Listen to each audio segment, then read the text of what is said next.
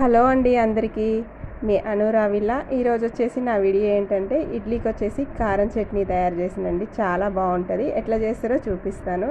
ముందుగా ఒక ఖాళీ బౌల్ తీసుకొని మనం కారం వచ్చేసి ఒక 4-5 స్పూన్లు తీసుకోవాలన్నమాట. మనకి ఇడ్లీని బట్టి కారం తీసుకోవాలి.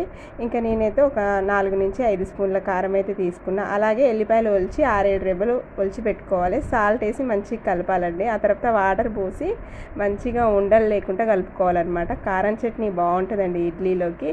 ఆ తర్వాత రుచికి సరిపడా ఆయిల్, కొంచెం ఎక్కువ ఆయిలే ఉండాలండి కారంలోకి. అట్లనే అయితేనే కారం మంచిగా ఉంటుంది అనమాట. ఆ తర్వాత కొన్ని ఆవాలు అలాగే ఎల్లిపాయలు అయితే కారంలో వేసేసిన అవి వేగుతున్నాయి. ఈలోపు మనం మంచిగా దీన్ని అయితే కలుపుకుందాం. లూజుగా మంచిగా ఇట్లా ఉండాలన్నమాట కారం. దీన్ని వచ్చేసి ఈ తాలింపులో పోసేయాలండి. మంచిగా ఇది మంచిగా ఉడకాలన్నమాట. ఉడికి మంచిగా దగ్గరికి వచ్చి ఆయిల్ వచ్చి పైకి తేలాలి. అట్లా అయినప్పుడు మనకు ఉడికినట్టు అనమాట. ఇడ్లీ ఎంత బాగుంటుంది తెలుసా? వేడివేడి ఇడ్లీలో మనం ఈ కారం చట్నీ తిన్నామంటే ఇది మంచిగా మంట తగ్గించి పెట్టుకొని మధ్య మధ్యలో కలుపుతూ ఉండాలన్నమాట. ఆ తర్వాత ఇడ్లీ వచ్చేసి పోసేసి పెట్టాను అనమాట. ఇడ్లీ కూడా రెడీ అయిపోయింది. ఇంకా ఇడ్లీ వచ్చేసి మనం వాటర్లో చేయి పెట్టేసి ఇలా పెట్టామంటే అంటకూడదు అనమాట. అంటకుండా ఉన్నదంటే ఇడ్లీ వచ్చి ఉడికినట్టే అనమాట. ఇంకా ఇడ్లీ వచ్చి ఉడికిపోయింది. దీన్ని స్టవ్ ఆఫ్ చేసేసుకుంటా. ఇంకా ఒక పక్క అయితే ఈ కారం అయితే ఇంకా కొంచెం కొదకాలన్నమాట. ఇట్లా ఆయిల్ పైకి తేలిందంటే మనకు కారం వచ్చేసి రెడీ అయిపోయినట్టే. ఆయిల్ కొంచెం ఎక్కువే ఉండాలి, కానీ మంచిగా ఉంటుంది టేస్ట్. మనం తినేటప్పుడు ఆయిల్గా అస్సలు ఉండదు. కారం చాలా టేస్ట్ ఉంటుందండి, మంచిగా ఉంటుంది అనమాట.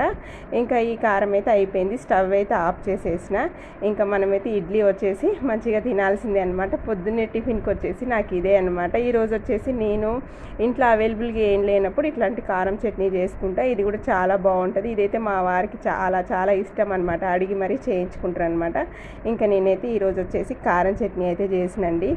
మా పిల్లలు కూడా మంచిగా తింటారనమాట కారం చట్నీ. ఇంకా ఈరోజు వచ్చేసి మీరేం చేసుకున్నారు? నేనైతే ఇడ్లీకి వచ్చి కారం చట్నీ చేసిన అనమాట. చూసిరా చిక్కగా ఎంత బాగా వచ్చిందో చట్నీ అనేది. చాలా బాగుంటుందండి. మీరు వచ్చేసి వండేటప్పుడు వచ్చి నా గిన్నెలు నా పాత్రలు చూడకండి, వంట చూడండి. వంట అయితే చాలా రుచిగా చేస్తాను, మంచిగా చేస్తాను. నేను ఇంకా కొత్త గిన్నెలు అవన్నీ కొనలేదండి. ఇంకా టైం పడుతుంది అనమాట. తీసుకుంటాను అన్ని మంచి గిన్నెలు. మనం వచ్చేసి గిన్నెలు చూడకూడదండి, వంట మనం చేసేదాన్ని మాత్రమే చూడండి. కొంతమంది పరిస్థితి ఇక కొనలేని పరిస్థితి కూడా కొంతమందికి ఉంటుందన్నమాట.